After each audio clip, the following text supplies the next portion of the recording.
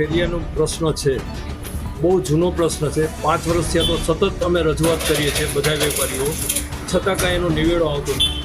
હકીકતમાં આ પ્રશ્ન જાહેર પબ્લિકનો છે.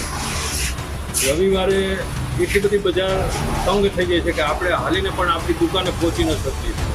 ને આવારા તત્વો જે ફેરિયા ભેગા આવી જાય છે એને લીધે દર રવિવારે ઓછામાં ઓછા 20 થી 25 મોબાઈલ અને પર્સની ચોરી થાય છે, જેની નોંધ પણ લેવાથી એ ડિવિઝનમાં બંધ કરી દીધી છે.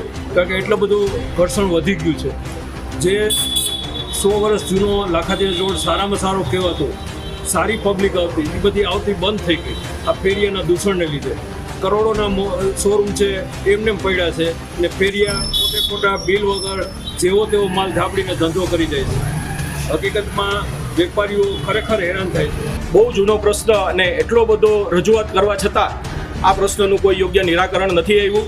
માટે ફરીથી એક વખત લાખાજી રાજ રોડના તમામ વેપારીઓ એમની સહી અને ફોન નંબર સાથેનું એક આવેદનપત્ર મંગળવાર તારીખ 23ના રોજ મ્યુનિસિપલ કમિશનરને આપવાનું છે.